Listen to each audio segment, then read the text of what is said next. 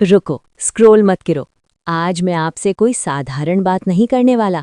आज का सवाल आपकी पूरी जिंदगी बदल सकता है। क्या आपने कभी रात के सन्नाटे में अपने आप से ये पूछा है कि मैं आखिर कौन हूँ? ये शरीर, ये नाम, ये पहचान, क्या यही मेरी सच्चाई है? या फिर इसके पीछे भी कुछ और है, कुछ ऐसा जो जन्म से पहले भी था और मृत्यु के बाद भी रहेगा? और एक और सवाल जो शायद हम सबके मन में कहीं न कहीं छिपा है, भगवान आखिर हैं कहाँ? क्या वो मंदिरों में हैं? क्या वो आसमान में कहीं दूर बैठे हैं? या फिर वो हमारे इतने करीब हैं कि हम उन्हें देख ही नहीं पा रहे? हृदय, इस अनंत ब्रह्मांड को देखिए।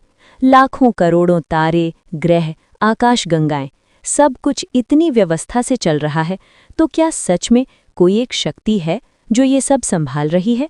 अगर है तो वो हमसे कितनी दूर है, या शायद हमारी हर सांस में छिपी हुई है? हरि ओम प्रिया आत्मन, आज हम इसी गहरे रहस्य को समझने की यात्रा पर चलेंगे। हरि ओम प्रिया आत्मन, यदि आपने कभी ये जानने की चेष्टा की है कि मैं कौन हूँ और वो परमेश्वर मुझसे कितनी दूर या मेरे कितने पास है, भगवान की इस रचना में इतनी विविधता, इतनी विभिन्नता कैसे है, और वे अकेले ही इस अनंत ब्रह्मांड को कैसे व्यवस्थित करते हैं, तो आज का ये ज्ञान आपके हृदय के द्वार को धीरे धीरे खोलने का एक विनम्र प्रयास है। मेरे प्रिय आत्मन, आत्मा और परमात्मा का रिश्ता उतना ही गहरा और रहस्यमयी है जितना अनंत आकाश का विस्तार धरती से है, जितना विशाल सागर का संबंध उसकी एक नन्ही सी बूंद से है। आज हम आत्मा और परमात्मा के इसी संबंध को गहराई से समझने का प्रयास करेंगे। ये विषय अत्यंत गढ़ और सूक्ष्म है। जो मन संसार में अधिक उलझे हैं, उन्हें इसे समझने में कुछ कठिनाई हो सकती है, लेकिन यदि आप पूर्ण एकाग्रता और शांत मन से सुनेंगे तो कुछ भी असंभव नहीं है। हमारे ऋषि मुनियों ने सत्य ही कहा है, हरि अनंत, हरि कथा अनंता। ये शब्द इस विषय के लिए पूर्णतः उपयुक्त हैं, क्योंकि आत्मा और परमात्मा का वर्णन करना वास्तव में उस अनंत ईश्वर के गुणों का ही गान करना है। सबसे पहले हम आत्मा का संक्षिप्त परिचय जान लेते हैं। मैं आपको ये स्पष्ट कर देना चाहता हूँ कि आत्मा ना तो स्त्रीलिंग है और ना ही पुल्लिंग। आत्मा तो इन सब से परे है, अर्थात वो दोनों भी है। इसलिए संबोधन में यदि कहीं स्त्रीलिंग या पुल्लिंग वाचक शब्द आ जाए तो उस पर भ्रमित मत होइएगा। आप केवल मूल तत्व को समझिएगा। आत्मा वास्तव में भगवान का निराकार रूप है, लेकिन वही आत्मा जब माया के वश होकर शरीर धारण करती है तो साकार प्रतीत होने लगती है। भगवान अपने इस निराकार आत्मा रूप के द्वारा पूरी सृष्टि को धारण करते हैं, उसका पालन और पोषण करते हैं। जैसे धागे के बिना माला के मोतियों का कोई अस्तित्व नहीं, वैसे ही भगवान के इस निराकार आत्मा के बिना सृष्टि के एक कण का भी अस्तित्व संभव नहीं है। इसीलिए उन्हें कण कण वासी और घट घट वासी कहा जाता है। ये जान लेना आवश्यक है कि निराकार का अर्थ है जिसका कोई निश्चित आकार ना हो और जिसका स्वयं का कोई आकार नहीं होता, वही हर आकार में ढलने का सामर्थ्य रखता है। इसे एक उपमा से समझें। जैसे जल का कोई स्थिर आकार नहीं होता, उसे जिस पात्र में रख दिया जाए वो उसी का रूप ले लेता है। ठीक उसी प्रकार भगवान अपने आत्मा रूप में बिना किसी भेदभाव के सभी जीवों में समान रूप से विराजमान होकर उन्हें कर्म करने की शक्ति देते हैं। चींटी से लेकर विशालकाय हाथी तक सभी में आत्मा अपने पूर्ण वैभव के साथ स्थित है। एक नाली के सूक्ष्म कीड़े का अस्तित्व भी उस परम चैतन्य के बिना संभव नहीं है। अनगिनत सूक्ष्म जीव हमारे पैरों तले दबकर प्राण त्याग देते हैं, जिनका हमें आभास तक नहीं होता, लेकिन उन अत्यंत सूक्ष्म शरीरों में भी भगवान आत्मा रूप में ही विचरण कर रहे होते हैं। इस दृष्टिकोण से देखें तो आत्मन हम मनुष्यों के लिए पाप से बचना अत्यंत कठिन हो जाता है। तनिक विचार कीजिए, यदि आपको कालिक से भरी एक अंधेरी कोठरी में छोड़ दिया जाए और कहा जाए कि बेदाग और स्वच्छ निकल आओ, तो ये कितना दुष्कर होगा। यहाँ केवल किसी दिव्य शक्ति का संरक्षण ही आपको बचा सकता है। इसीलिए करुणावतार भगवान कृष्ण ने अर्जुन से कहा था, पाप, पुण्य, कर्म, अकर्म और वेद वाक्यों की समस्त उलझनों को त्याग कर तुम केवल मेरी शरण में आ जाओ, मैं तुम्हें इन सभी बंधनों से मुक्त कर दूंगा। भगवान सूक्ष्म से भी सूक्ष्म है और विशालता की अंतिम पराकाष्ठा भी। वे करुणा और आनंद के अगाध सागर हैं, तो आवश्यकता पड़ने पर न्याय की कठोरता और क्रूरता की पराकाष्ठा भी। किसी भी गुण की जो उच्चतम और विशिष्ट स्थिति हो सकती है, वही ईश्वर का स्वरूप है। यही उनकी निष्पक्षता, उदारता और सर्वहितैषी होने का जीवंत प्रमाण है। जैसे ही किसी जीव के भीतर से वो आत्मा निकलती है, उसका अस्तित्व राख के समान समाप्त हो जाता है, वो जड़ हो जाता है। अब आपको ये तर्क अजीब लग सकता है कि परम शुद्ध भगवान एक गंदी नाली के कीड़े में कैसे हो सकते हैं। शायद आपकी सांसारिक बुद्धि इसे सहजता से स्वीकार न करे, लेकिन जिस दिन आप आत्मबोध प्राप्त करेंगे और अपने भीतर ही उस ईश्वर के दर्शन करेंगे, तब आप उनके इस विराट और अद्वितीय स्वरूप को समझ पाएंगे। भगवान स्वयं कहते हैं, मैं इस पूरी सृष्टि को अपने केवल एक अंश से धारण करता हूँ, मैं ही सबका पोषण करता हूँ और यहाँ जो कुछ भी घटित हो रहा है उसका मूल कारण मैं ही हूँ।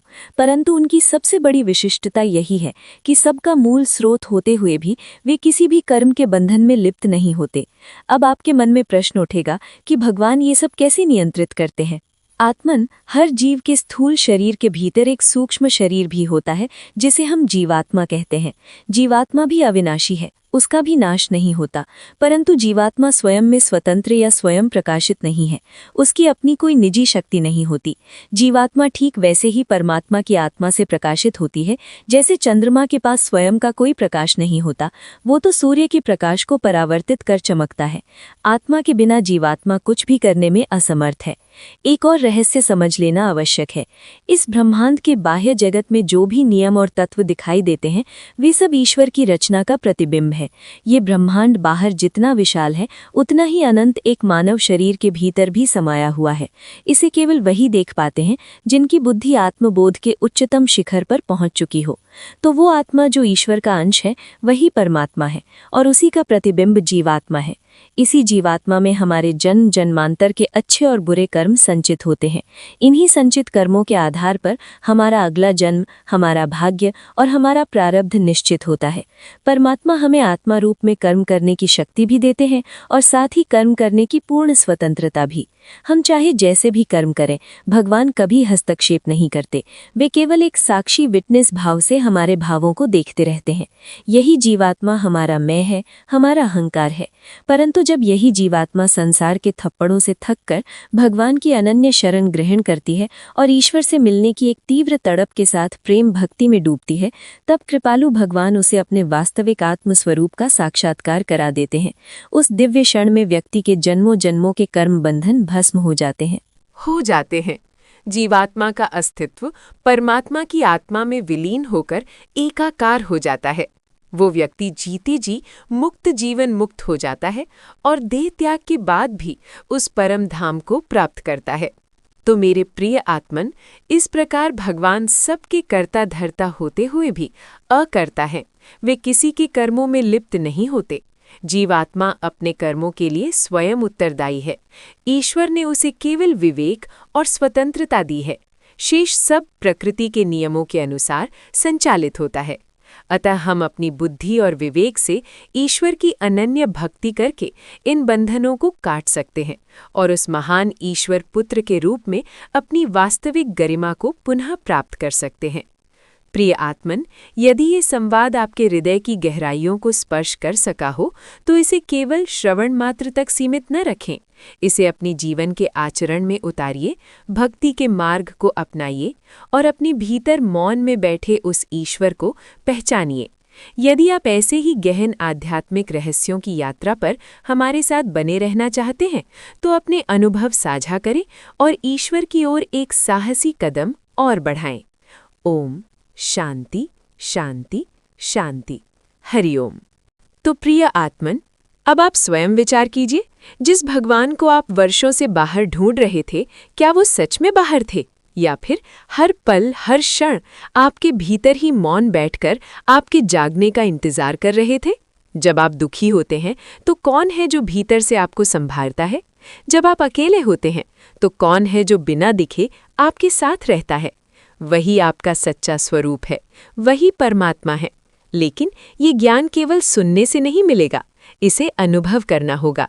शांत बैठकर, अपने भीतर झांककर, उस मौन को सुनकर, क्योंकि भगवान शोर में नहीं बल्कि आपके भीतर के मौन में मिलते हैं।